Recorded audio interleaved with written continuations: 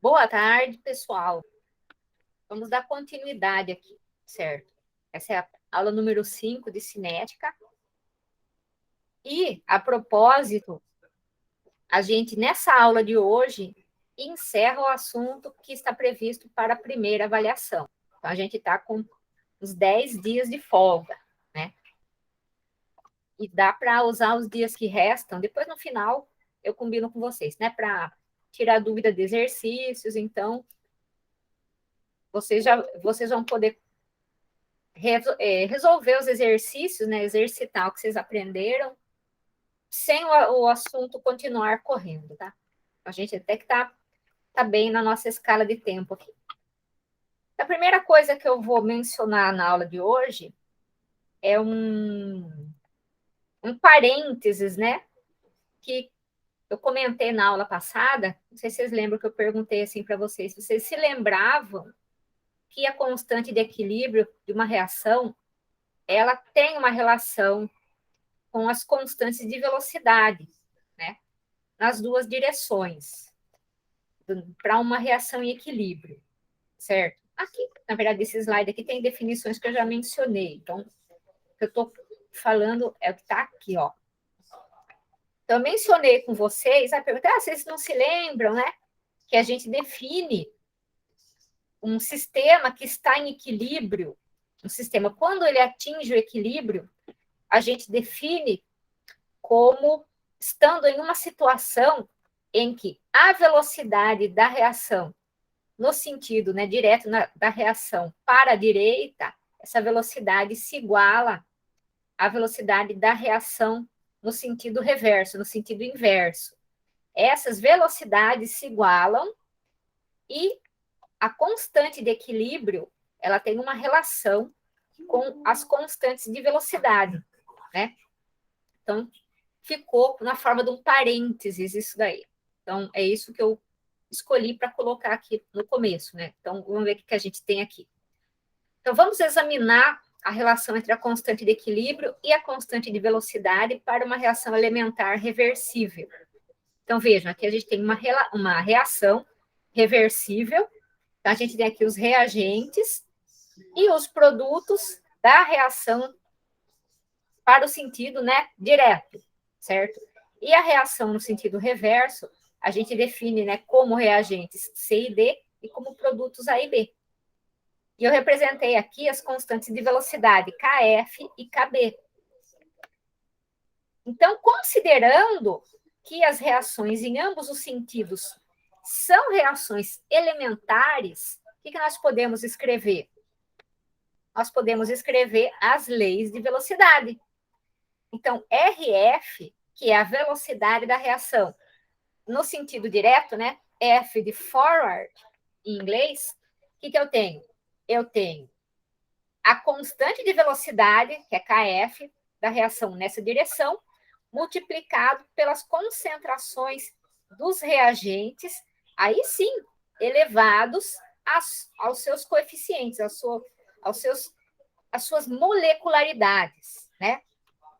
Aqui no slide anterior, é outra coisa que eu comentei na aula passada, que para reações elementares, em vez de a gente falar em estequiometria, certo? A gente fala em molecularidade, se uma reação é elementar. Né? Se eu tenho aqui, ó, 2A dando produtos, ela é bimolecular, a molecularidade é igual a 2. Se eu tenho 3 substâncias, né, reagindo, cada uma com um coeficiente estequiométrico igual a 1, ou 2A mais B, então essa aqui é uma etapa trimolecular. Mas, na realidade, é só para a gente, quando a gente está tratando de reação elementar, certo? Para a gente dispensar o termo coeficiente estequiométrico. Ou seja, aqui, ó, RF é KF multiplicado por A, elevado à sua molecularidade, e B à sua molecularidade. E RB a gente define da mesma maneira, que é a velocidade da reação no sentido inverso, ou seja, a velocidade da reação reversa é KB, que é a constante de velocidade, que multiplica as concentrações, né, de C elevado a C minúsculo e a concentração do reagente D elevado ao D minúsculo. Aí que a gente chega naquela definição, que no equilíbrio essas velocidades elas se igualam. Então, quem iguala é RF e RB. As constantes de velocidade não é delas que a gente está falando, não. É das velocidades. Então, se RF se iguala a RB, fazendo com que as concentrações se mostrem estacionárias, ou seja, a gente não detecta mais mudanças nessas concentrações, mas não quer dizer que parou tudo. Quer dizer que as duas reações continuam ocorrendo com igual velocidade. Então, eu igualo KF AB igual a KB CD. É o que eu igualei aqui, ó. E aí, eu isolo KF sobre KB, que é igual a o produto das concentrações de C e D, cada uma elevado ao seu coeficiente, dividido pelos produtos das concentrações de A e B, cada um elevado ao seu coeficiente. Então, ó, aqui eu enxergo a constante, eu identifico esse quociente aqui como sendo a constante de equilíbrio. Então, KF sobre KB é igual a constante de equilíbrio. É daí que vem a fala que eu usei na aula passada, de que existe uma relação entre as constantes de velocidade das reações no sentido oposto para uma reação em equilíbrio com a constante de equilíbrio. De modo que a constante de equilíbrio é a constante de velocidade da reação no sentido direto dividida pela constante de velocidade da reação reversa. Ou seja, ó, KF sobre KB. Né? Muitas vezes isso já é mencionado em química geral, a gente esquece, pode não ter sido mencionado, né?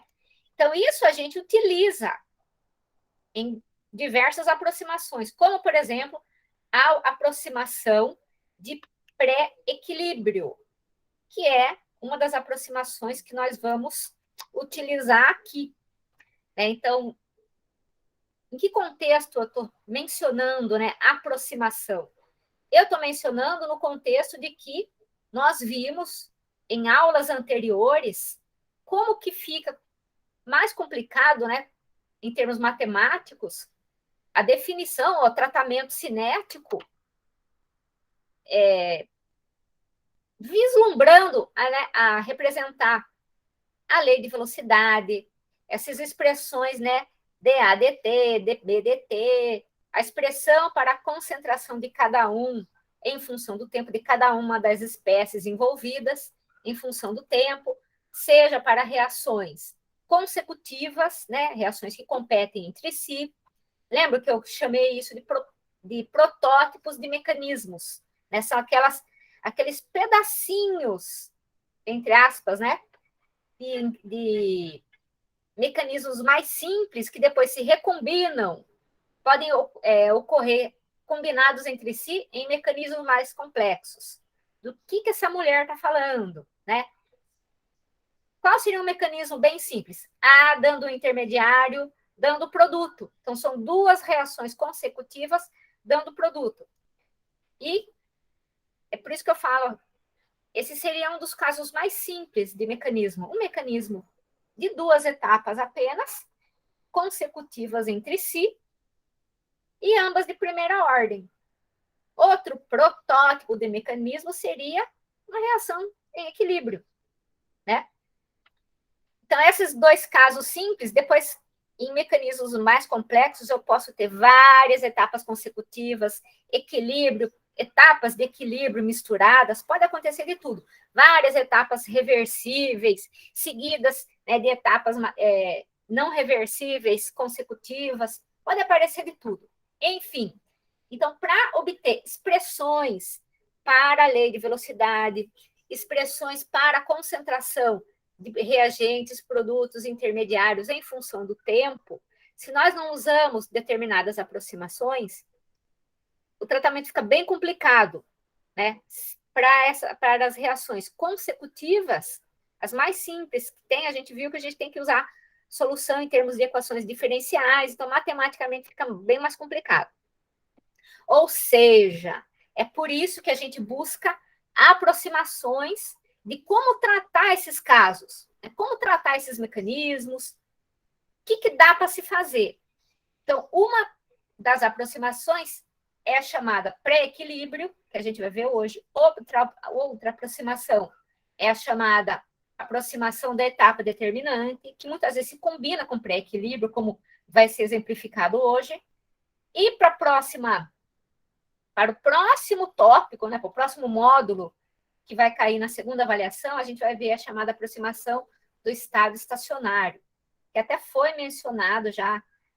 Eu chamei a atenção de vocês para 2 casos possíveis, né, de comportamento de um dado intermediário de reação.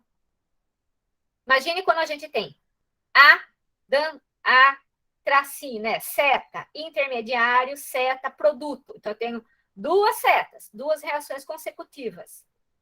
Dependendo de qual é mais rápida, se uma for muito mais rápida que a outra, a gente pode ou não ter um acúmulo do intermediário no meio reacional. Isso foi mencionado. Vocês podem recorrer, está lá o gráfico, né, da aula passada. No caso em que o intermediário não se acumula, ou seja, tão logo ele se forma, ele já é consumido, isso abre a oportunidade para um tipo de aproximação. Enfim, então, por que eu estou nesse conversê todo aqui? Estou, né, falando tudo isso para vocês, até para justificar e contextualizar que aproximações são essas, o que ela está querendo aproximar, qual a vantagem dessas aproximações. Então, geralmente, a gente busca, certo, nessas aproximações, uma maneira de representar, né, deduzir qual é a lei de velocidade, certo? De maneira que não apareça nessa lei de velocidade a concentração do intermediário. Geralmente, quando você tem várias etapas reacionais, uma reação global, né, não é uma reação simples, ou seja, é uma reação que envolve um mecanismo contendo etapas, vai ter intermediário. E esses intermediários, eles tendem, né, a concentração deles a aparecer na lei de velocidade que é deduzida. E essa é uma regra que é bom que vocês guardem com vocês. Na lei de velocidade da reação global, não pode aparecer intermediário. Não pode. Então, na prática, muitas dessas aproximações, elas visam a chegar numa expressão para a concentração do intermediário, de modo que a gente faça uma substituição na lei de velocidade. Muito bem. Dito isso, uma das aproximações que levam a uma expressão para a concentração do intermediário é a de pré-equilíbrio. Então, de que se trata essa aproximação e em que situação ela pode ser utilizada, certo? Então, a aproximação de pré-equilíbrio, ela vai ser aplicada a situações desse tipo aqui, em que nós temos uma etapa reversível, estão vendo? A mais B dando um intermediário através de um processo reversível, seguido de uma outra etapa que leva à formação do produto, né? Etapa esta, aí é que vem a situação aqui, né? Para que a gente utilize a aproximação de pré-equilíbrio, então não basta só eu ter este esquema. É necessário que KB, ó, seja bem pequenininho. Ou seja, essa reação que leva o intermediário ao produto, então ela é muito lenta, né? Ou seja, ela quase não interfere na concentração não contribui para diminuir a concentração do intermediário. Então, com isso, alguns pesquisadores propuseram que a gente pudesse considerar que o equilíbrio é mais importante, ele tem um papel mais importante do que essa etapa que leva ao produto. Sendo que essa etapa, ela não interfere nesse equilíbrio, ela não perturba esse equilíbrio. Ah, mas se está representado que ocorre essa etapa, né, que leva ao produto, será que não é perigoso usar isso? Olha, na verdade, se essa condição de KB ser muito baixa, ela for atendida, é uma aproximação viável, sim.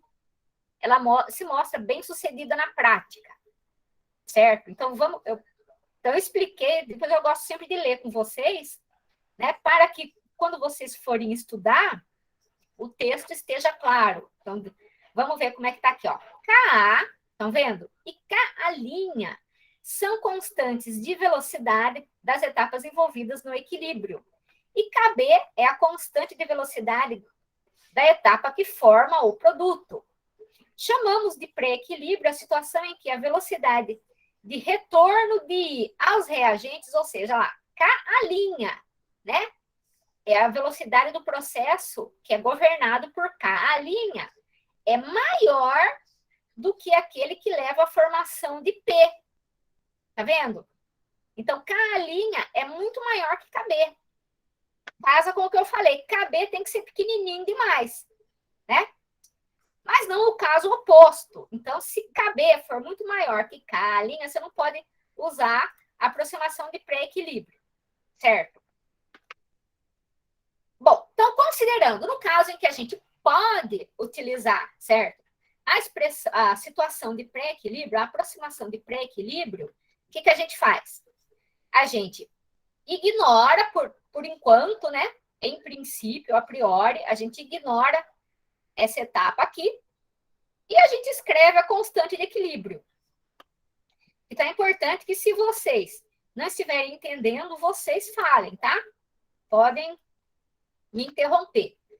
Então, como é que fica a constante de equilíbrio? Então, olhando assim, só no equilíbrio. Então, a constante de equilíbrio é concentração de I, que é produto, né? Dividido por concentração de A vezes concentração de B. Estão vendo? Aí, o que eu tenho? Eu tenho que a constante de equilíbrio K é igual a KA sobre KA'. De onde veio isso? Eu acabei de explicar, ó, no slide anterior. Então, eu vou usar isso mais tarde, essa igualdade aqui. Por hora, eu vou continuar nessa aqui à esquerda. Então, o que eu vou fazer aqui? Eu vou isolar a concentração de I, estão vendo? Aqui eu escrevi à mão. Então, a concentração de I é igual a K, constante de equilíbrio, vezes concentração de A, vezes concentração de B. Essa é a expressão para a concentração do intermediário que é fornecida pela aproximação de pré-equilíbrio. Onde é que eu vou usá-la? Eu vou usá-la no seguinte, né? Eu vou representar agora dP/dt, certo? Porque, vejam só, qual que é a reação global? É outra coisa que vocês têm que conseguir fazer. A reação global, a gente escreve ignorando, né, omitindo o intermediário. Então, qual que é a reação global? Mostrando só os reagentes de partida e só o produto. Então, é A mais B dando P. Então, vocês se lembram que lá na primeira aula, a gente viu que a gente pode representar a velocidade da reação como, certo? Menos, se A e B são reagentes, V é igual a menos dAdt, que é igual a menos dBdt, que é igual a mais dPdt, certo? Então, aqui, nós estamos escrevendo dPdt, ó, como um atalho para chegar na lei de velocidade da reação global, certo? Depois, se vocês quiserem, eu retorno a isso. Então, vejam, o que eu obtenho aqui? dPdt, como representação da velocidade da reação global, eu vou escrever em termos da etapa em que P aparece. Ó. P só aparece na última etapa. Então, qual é a lei de velocidade da última etapa? É KB vezes concentração de I.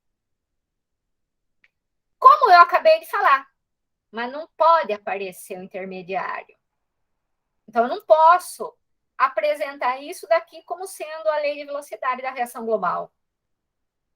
Só pode aparecer reagentes ou produtos. Então, o que eu faço aqui? Como é que eu vou substituir a concentração do intermediário? Aí sim eu vou substituir por K vezes A vezes B. Né? Então, ó, KB manteve, então I é igual a K vezes A vezes B, então ficou KB vezes constante de equilíbrio, vezes concentração de A, vezes concentração de B. Mas eu vou deixar a constante de equilíbrio aqui? Não. Eu tenho que representar por uma série de constantes cinéticas. Agora eu vou usar isso aqui, ó. Constante de equilíbrio é Ka sobre K', né? Que me reduz ao seguinte. dP dt é igual a Ka vezes KB vezes K', porque KB já existia, e eu substituí K por Ka sobre K'. Isso vezes A vezes B.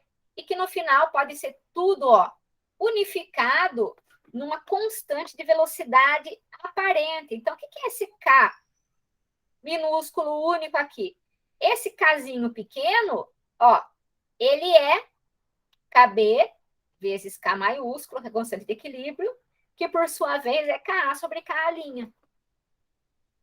Certo? Ficou claro? O que vocês me dizem? Pode falar, Mari.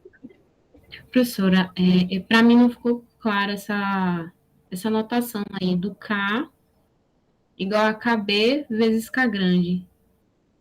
Certo. É arbitrário, no caso, essa anotação aí, porque, sei lá, ficou meio confuso. Nessa etapa aqui? Ou Não, aqui? até aí, não, até a parte ali de cima eu entendi, né? Que é Aqui, né? substituir o I do intermediário para que ele não apareça na reação final, né? Na reação global. Perfeito. Pronto, aí Ah, depois disso eu acho não que eu entendi entendi porque, o que esse final aqui, né? Então, o que a gente Uhum. podia... Deixa eu escrever aqui, então. Então, vejam só. Quando eu chego aqui, certo? Então, eu tenho dP dt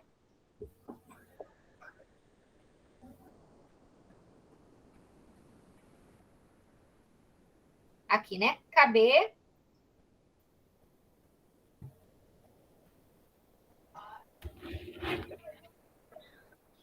AB. Você pode só fazer o seguinte. Esse K maiúsculo aqui é constante de equilíbrio. Isso é do jeito que está no Atkins. Foi bom você ter perguntado, porque aqui ele está utilizando etapas a mais, que está complicando e que não necessariamente precisaria usar. Ó, veja onde eu cheguei aqui, né? dP dt é igual a KB, K maiúsculo, que é a constante de equilíbrio, vezes A vezes B. O que eu vou fazer, então? Eu vou usar isso daqui, ó. Que constante de equilíbrio é Ka sobre K'. Então, fica KB, Ka, K', A, B. Você pode parar a resolução aqui, ó.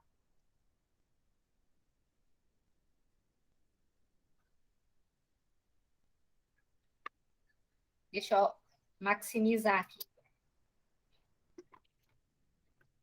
Ó, se você, quando estiver resolvendo o exercício, você parar desse jeito que eu deixei, KB, Ka sobre K', vezes concentração de A, vezes concentração de B, tá ótimo. Agora, o que foi que ele fez na sequência? Você tem 3 constantes de velocidade, cada uma de uma etapa do mecanismo. Então, você pode juntá-las todas em uma única constantezinha K. É só isso que ele fez. Que foi o que ele juntou aqui, ó. E aqui na sequência ele só desmembrou. Isso daqui é só para explicar o que significa essa outra representação. O que é esse Kzinho? Esse K minúsculo único que aparece aqui. Ele é igual a Tá vendo? Ó? Ele é igual a KB vezes K maiúsculo. Que, por sua vez, K maiúsculo é igual a KA sobre K'. É daí que veio. Ó, aqui você tem. Entendi, professora. Obrigada. Entendeu? Também, quando vocês acharem que eu já estou de muito blá, blá, blá, vocês podem falar, ah, pode, já entendi, pode ficar quieta. Mas é importante que vocês perguntem mesmo. Então, recapitulando. Então, a aproximação de pré-equilíbrio, a Daniele, pode ficar à vontade. Pode falar, Daniele. Oi, professora. Professora, Oi. então esse K aí onde está DP, DT, esse K está representando o último aí que a senhora circulou. Está representando cada etapa de cada tipo K, KB e K'. DA. Exatamente. Porque a gente vê que na resposta final apareceram várias constantes de velocidade. Cada uma de uma etapa. Não necessariamente precisaria aparecer todas. Mas aí, na hora de apresentar a lei de velocidade final, ele junta todas, né? Tudo isso é constante. Já que é tudo constante, estão todas, né, multiplicadas entre si, eu vou chamar de uma só, certo? É só para juntar todas, e aí o resultado fica mais enxuto. Certo? Deixa eu ver. Certo, beleza. Então, aqui nesse outro slide está só de maneira textual, né, escrito para vocês lerem, certo? Isso aqui eu já falei. Aí agora a gente tem um exemplo que é do livro do Atkins, que é um exemplo que ele vai responder a uma possível dúvida de vocês, que seria o seguinte, né? E se eu olhar para a reação, né, e achar que ela se encaixa no esquema, né, de pré-equilíbrio, né? Ou seja, tem uma etapa em equilíbrio antes, seguida por uma etapa que não é em equilíbrio. Como eu escrevi aqui, né? A mais B em equilíbrio com I e depois formando P. Né? Então, se só vale o pré-equilíbrio quando eu sei que KB é muito menor que KA, certo? De modo que essa etapa de ir dando P, ela é tão lenta a ponto dela não perturbar o equilíbrio, né? Aí, então, eu saberia que eu posso usar a aproximação de pré-equilíbrio. E se, na verdade, eu não tiver essa certeza, né? Como que eu faço, então? Como é que eu trato isso daqui? Certo? Porque é disso que ele está falando aqui, ó. Vamos ler junto. Então, repita o cálculo do pré-equilíbrio, certo? Mas agora, sem ignorar o fato de que I, o intermediário, está ao pé da letra, esse termo aqui seria, né, vazando lentamente, conforme ele forma o produto, ou seja, né, um pouquinho, certo? Essa última etapa, ela até interfere, um pouquinho. Então, vamos ver como que fica se eu resolver incluir essa etapa. Então, se a gente resolver incluir essa etapa, o que a gente faz? A gente tem que levar em conta, a gente tem que escrever dp/dt, novamente representando a lei de velocidade global. É isso que ele está dizendo aqui, ó. As velocidades globais, né, de mudança de P e de I são dp/dt. A única etapa em que P ele participa é essa última. Então, dp/dt é igual a KB vezes I. E agora vamos escrever DI/dt. E o intermediário I, ele participa das 3 etapas. Das 3. Então, eu vou incluir todas as leis de velocidade. Então, eu vou observar que essa etapa que está representada por KA, ela forma I. Então, eu vou colocar com sinal positivo a lei de velocidade dessa etapa. Então, é KA vezes concentração de A vezes concentração de B. É o que está aqui. Por sua vez, a etapa reversa, ela consome I. Então, a etapa que é representada por KA', certo? Ela diminui a concentração de I. Então, como ela diminui a concentração, eu vou incluir um sinal negativo aqui. E qual é a lei de velocidade dessa etapa? É KA' vezes concentração de I. Olha o que tem aqui. Então, é menos KA' concentração de I, e a etapa que forma o produto, ela também consome o intermediário, certo? Então, eu vou incluir aqui, como ela consome, ela tem sinal negativo, então vai ficar menos KB vezes I. Agora, certo? A gente vai testar. Veja, a gente tinha duas situações. Ou não usar nenhuma aproximação e cair em equações diferenciais e tal, e ter que usar mais artifícios matemáticos, ou a gente utiliza aquela situação que foi um dos gráficos. Revisem a aula passada, que no final eu chego em 2 gráficos, certo? E aí eu mostro o caso em que o produto ele se acumula.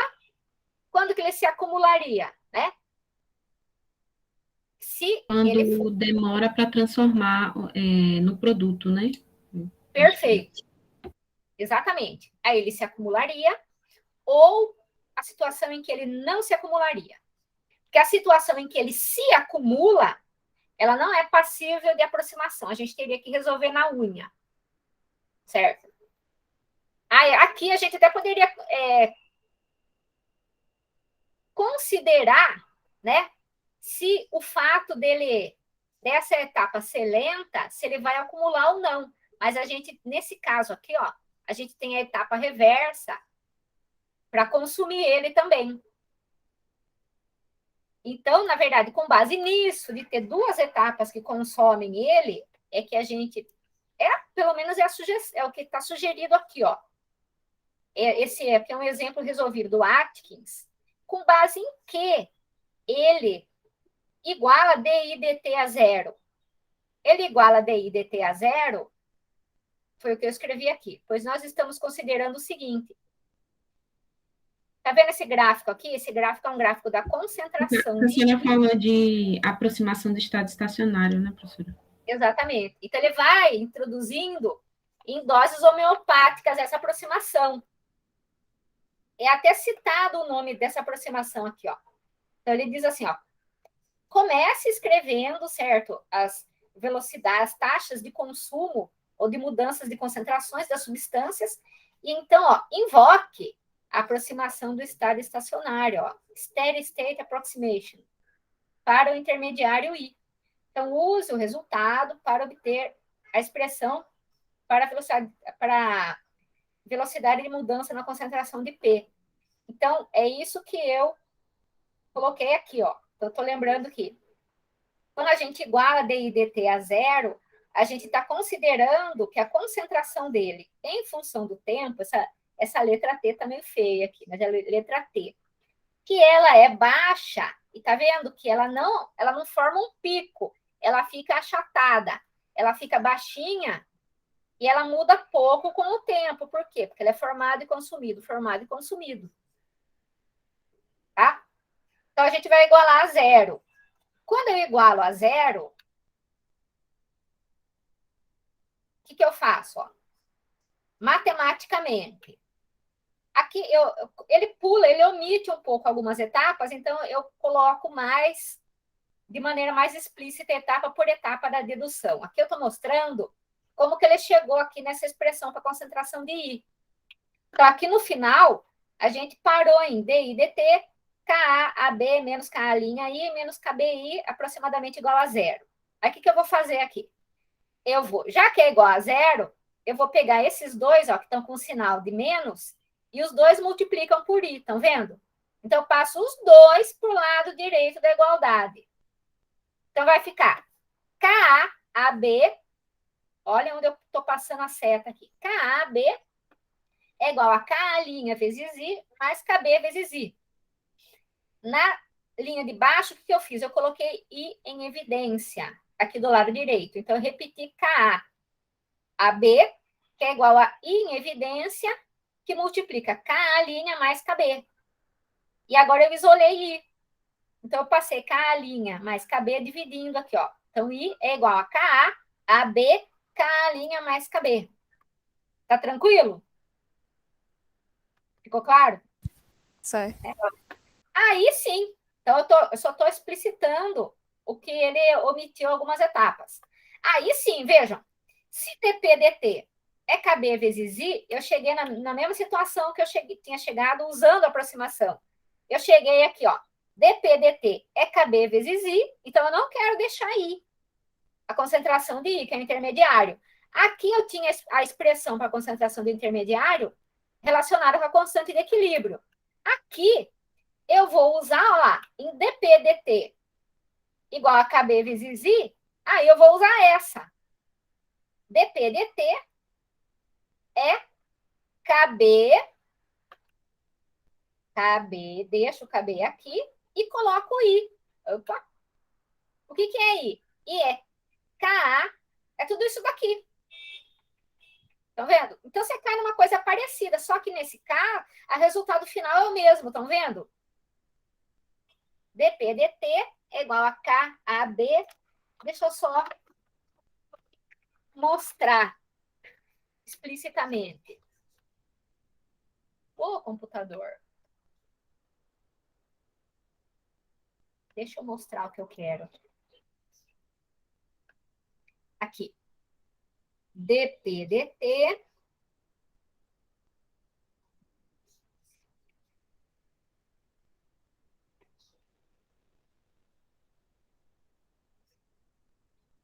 KB vezes I é igual a KB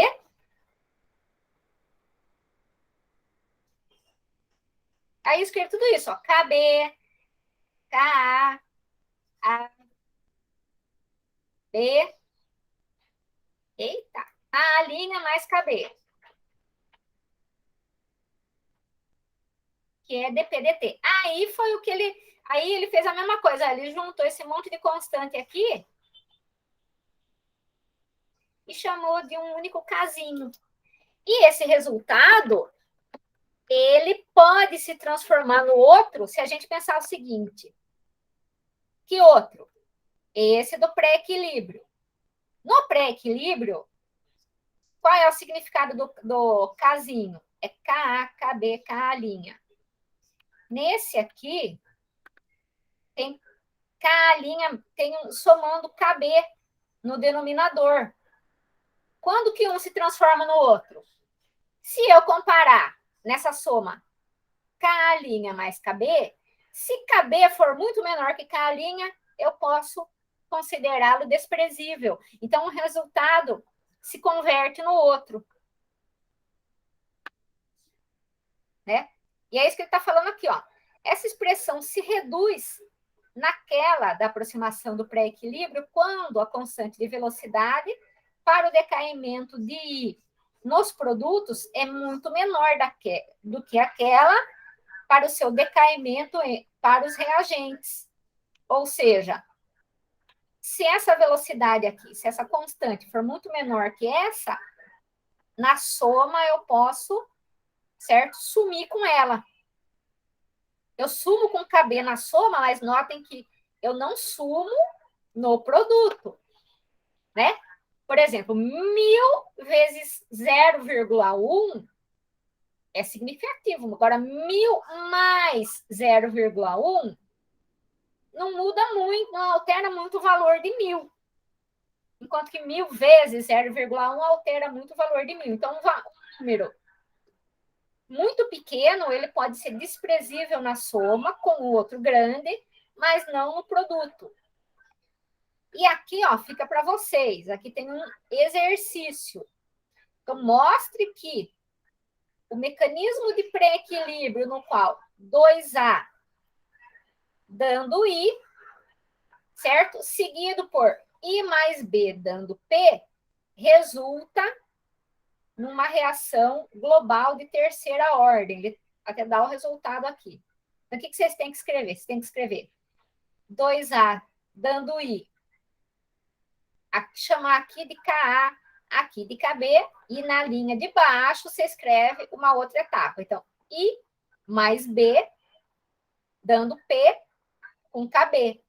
Ou seja, uma situação um pouco diferente, porque na etapa subsequente ao equilíbrio, I não está sozinho. Por isso que foi representado em outra linha. Então, I, tá vendo? I, ele é formado como intermediário através de um equilíbrio em que envolve duas moléculas de A, e na etapa seguinte, I reage com B. Certo? Então, vocês podem até testar as duas situações. Vocês podem representar a expressão para a concentração de I, levando em conta, certo, o pré-equilíbrio, e depois, ó, B é um reagente, B não é intermediário, então B pode aparecer na lei de velocidade final. E depois vocês escrevem dP/dt. dP/dt vai ser KB vezes concentração de I vezes concentração de B. Então, vocês já têm um divertimento aí. Vamos ver outra aproximação que existe, certo? Que é a aproximação da etapa determinante. Então, a aproximação da etapa determinante é quando você recebe a informação de qual é a etapa lenta. Você tem um mecanismo todo, e daí vem assim, essa é a lenta. Então, você pode escolher representar a lei de velocidade global como a lei de velocidade da etapa lenta. Aqui, a gente está representando, né, como a etapa de formação do produto. Vamos ver como que fica. Então, se soubermos qual é a etapa lenta, ou seja, essa informação que tem que ser fornecida, ou seja, aquela cuja constante de velocidade é a mais baixa de todas, podemos igualar a velocidade da reação global à velocidade da etapa mais lenta. Aí vocês podem me perguntar, professor, mas você sabe, nessa lei de velocidade da etapa lenta, se aparecer um intermediário, o que eu faço? Aí você tem que tentar usar alguma das outras aproximações. Né? Então, ó, nada melhor do que ver um exemplo. Vamos ver com um exemplo aqui. Esse aqui é um exemplo do outro livro, do livro do Levine. Então, vejam só. Aqui ele dá para a gente a reação global, né? Que é uma reação em fase aquosa catalisada por íons brometo. Então, a reação global é H+, mais HNO2, mais C6H5NH2, catalisado por brometo, dando C6H5N2+, mais 2H2O. Então, esse aqui é o produto e esses são os reagentes. Aí ele está informando para a gente que observa-se em laboratório que essa é a lei de velocidade. Ó. Na lei de velocidade, essa é a lei empírica. Então, é R igual a K, aparece o H+, ó. Pode, ele é reagente. Aparece HNO2, pode, porque ele é reagente, e aparece brometo, que é o catalisador, também pode.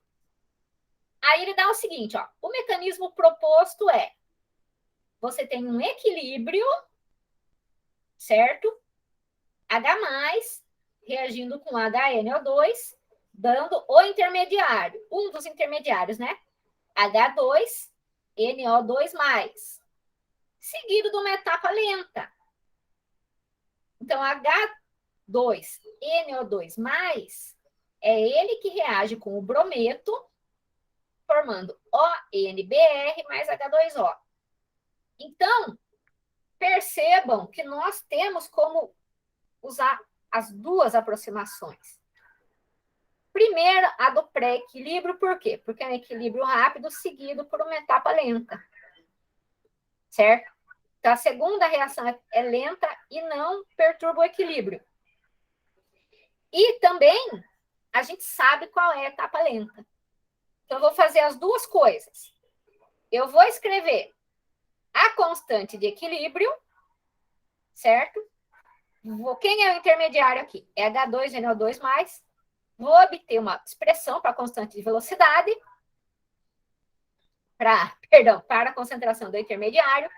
E depois eu vou representar a lei de velocidade da reação global em termos dessa lei de velocidade aqui. Então, eu vou fazer as duas coisas. No slide a seguir, eu vou tratar desse pré-equilíbrio aqui, ó. Então, para a primeira reação, é esse equilíbrio aqui. A primeira etapa, né? A primeira etapa do mecanismo. É isso que eu chamei de primeira reação. Então, eu tenho H+, mais HNO2 em equilíbrio com H2NO2+. Então, eu escrevi a constante de equilíbrio. Constante de equilíbrio K é igual a concentração desse daqui, que é o produto da reação, ó, H2NO2+, dividido por concentração de H+, vezes concentração de HNO2. E escrevi que isso é igual a K1 sobre K1'. Então, eu vou fazer o quê? Eu vou isolar o intermediário, porque eu quero uma expressão para a concentração dele. Então, H2NO2+, certo? Ó, eu vou isolar ele aqui e vou passar esses dois multiplicando para o lado de cá. Então, fico K1 sobre K1', H+, HNO2+. Essa é a minha expressão. Ficou claro? Sim. Beleza. Então, agora eu vou fazer o quê? Eu vou pegar, vou levar em conta que eu sei que essa é a segunda reação e que essa aqui é a lenta, e vou dizer o seguinte, né? Ó, eu já escrevi ela aqui. Como eu sei que ela é lenta, ó, para a segunda reação lenta, eu vou escrever a lei de velocidade dela. A lei de velocidade é V, que é igual a K2, vezes concentração de H2NO2+, vezes concentração de brometo. Isso aqui vai representar a lei de velocidade da reação global também. Olha o que eu escrevi. Essa é a lei de velocidade da etapa lenta, que representa a velocidade global, mas não pode mostrar o intermediário. Mas eu já tenho uma expressão para ele. É só substituir. Ou seja, eu peguei as duas, ó, a expressão para a concentração do intermediário, a expressão para a lei de velocidade da etapa lenta e, ó, vou substituir. Então, fica V é igual a K2, e entra tudo isso aqui, ó, K1, K1', H+, HNO2, vezes brometo. Certo? Que bate com a lei de velocidade empírica? Sim. A única diferença é que ele juntou tudo numa única constante, ó. Aparece o quê? H+, HNO2 e brometo. Ó, H+, HNO2 e brometo. Certo? Isso, essas três constantes podem ser unificadas numa única constante. Certo? Na sequência, então, naquela lista de exercícios que tem lá numa posição intermediária nos slides, acho que foi da aula passada, tem exercício sobre tudo isso. Agora, o que mais que eu planejei aqui? Eu peguei, né, escolhi um artigo interessante do Journal of Chemical Education que mostra o seguinte: que tipo de estudo de laboratório é realizado para se confirmar qual é a etapa lenta? Como é que faz, né, para saber, para testar? É claro que você tem que ter modelos, né? Você já tem que ter um modelo de mecanismo. Eu acho que tem tal etapa, eu tenho algumas evidências. A cinética ela é um quebra-cabeça. A ciência é um quebra-cabeça, né? Então, aqui exemplificando um tipo de estudo que tinha como objetivo, certo, provar qual era a etapa lenta. Olha o título. Provando a etapa determinante da velocidade de uma reação de condensação de Claisen-Schmidt, né, pela competição de reações. Como que é isso, né? Então, vejam só. Aqui está a reação, então vamos ver em detalhes, né? Um mecanismo aceito para a condensação de Claisen-Schmidt. Veja que é sempre tratado nesses termos, é um mecanismo aceito, porque o mecanismo, a gente só, entre aspas, né? Nem enxerga, mas a gente tem ideias diretas, informação direta sobre a reação global. O mecanismo, eles são propostas de mecanismo, né? E aquele mecanismo cujas evidências o apontam, né, como mais viável, mais coerente, consistente, é o mecanismo aceito, né? Então, a gente tem aqui, ó, uma acetofenona, certo?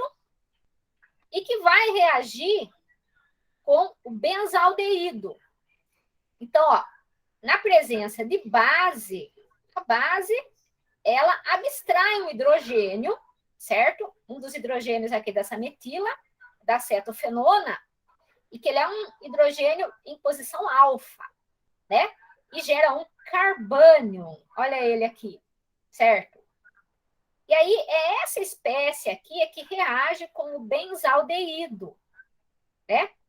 Ele que passa a ser o agente nucleofílico, essa espécie aqui, de carga negativa. Aí, forma-se esse outro intermediário, né? Tem esse ataque aqui de base, bibibi e tal, e forma uma chalcona, esse é o produto. Então, são distintas, né? São consideradas duas etapas. A etapa 1, a adição nucleofílica, e a etapa 2, a desidratação, certo? O que a gente tem aqui? Sabe-se que substituições, tanto no benzaldeído quanto na acetofenona, que alternem, né, o caráter de reatividade dessas duas espécies, né, no processo, eles podem ter interferência sobre a reatividade. Então, ó, nós temos essas duas etapas, aí vem a pergunta, qual seria a determinante? Ela é descrita como sendo a primeira, a adição nucleofílica. Aceita-se, né? Aceita-se, lógico que com base em evidências, de que essa seja a lenta. Então, se ela realmente for lenta, a mais lenta, grupos substituintes no benzaldeído que o tornem mais reativo irão acelerar a reação global. Grupos retiradores, né? Ou mantenham, né? Que favoreçam, tá vendo? Essa adição aqui. O que mais que a gente tem? E grupos substituintes na acetofenona que a tornem mais reativa, facilitando a formação do carbânion, certo? Facilitando essa saída desse hidrogênio, também irão acelerar a reação global, ou seja, grupos retiradores. Aí o que eles fizeram? Eles pegaram aqui, ó, um benzaldeído e destacaram aqui em X, certo? Que pode ser hidrogênio, né? Ou não, que seria o não substituído. E trocaram também, nessa posição, trocaram o hidrogênio por vários grupos, metóxi, metila, considerados doadores, e grupos retiradores, certo? Substituinte, né? Cl e NO2. E depois eles fizeram a mesma coisa na acetofenona. E aqui representou como Y, né? E também trocaram pelos mesmos substituintes. Então, o que a gente tem aqui? Essa série aqui, nessa coluna, a gente tem essas reações aqui. 1, 2, 3, 4, 5 foram realizadas quando se substituiu o benzaldeído, não se substituiu a acetofenona. E depois, quando se substituiu a acetofenona, não substituiu o benzaldeído. E aqui estão os rendimentos da reação. Tá vendo? E aí, com base nesse rendimento, é que vão ser feitas as comparações, mas que a gente pode notar que valores mais altos de rendimento foram observados em ambos as séries de substituição, quando a gente tinha os grupos retiradores, ó, em verdinho aqui, ó, 22, 32, 31, 75, 52. Os valores mais altos. E aqui 33, 29, 76, 36. Então, aparentemente está confirmando. O que mais que eles fizeram? Aí eles partiram para fazer gráficos, né? Eles compararam, eles fizeram uma razão entre, né, a concentração do produto para a reação feita com substituinte em relação ao quanto você encontra de produto para a reação feita sem substituinte. É isso que significa CX sobre CH, que ele chama de concentração relativa de chalcona a partir das reações de benzaldeídos para substituídos com acetofenona. Então, aqui, quem está nessa primeira tela é a série em que quem foi substituído é o benzaldeído, certo? Então, ó, referente a esse resultado da primeira coluna aqui. Então, aqui está cada um, né, dos substituintes. Aqui a razão de concentração. Então, quando você tem, né, CX sobre CH, concentração da chalcona, na situação da reação feita com o substrato substituído para o não substituído, então a gente vê, ó, que vai de 0,2 até 20, aumenta muito quando a gente parte dos ligantes doadores e vai para os ligantes, certo? Retiradores. Aqui está na forma de log de CX sobre CH, e aqui, como eles queriam fazer um gráfico para ver se era linear, né? Eles definiram um parâmetro, certo? Um parâmetro chamado constante do substituinte, mas é um parâmetro que tenta representar essa quantidade, quantificar o caráter, certo? Retirador, quão retirador ele é. E eles conseguiram esse dado através de posição de pico no RMN. Né? Não vem muito ao caso, mas a gente vê, ó, que log de CX sobre CH, em função desse descritor, certo, do grupo substituinte, ele fornece uma reta para essa série. Então, no gráfico a seguir, no slide a seguir, vai vir para outra série. E repete, ó, tá vendo? É a mesma coisa, só que aqui quem foi substituída foram as acetofenonas, né? Ou seja, o que eles fizeram? Eles elaboraram, né, planejaram uma série de experimentos, né, repetindo essa reação para diferentes chalcona é o produto, né, para diferentes acetofenonas e benzaldeído, em que eles colocaram substituintes que afetam diretamente na reatividade, né, desses grupos que vão especificamente reagir nessa etapa. Modificaram a molécula e conseguiram ver resultados consistentes, né? E aí aqui eles apresentam a conclusão, certo? De que essa etapa realmente se mostrou como sendo a etapa lenta da reação. Que evidência viria se fosse a situação oposta, né?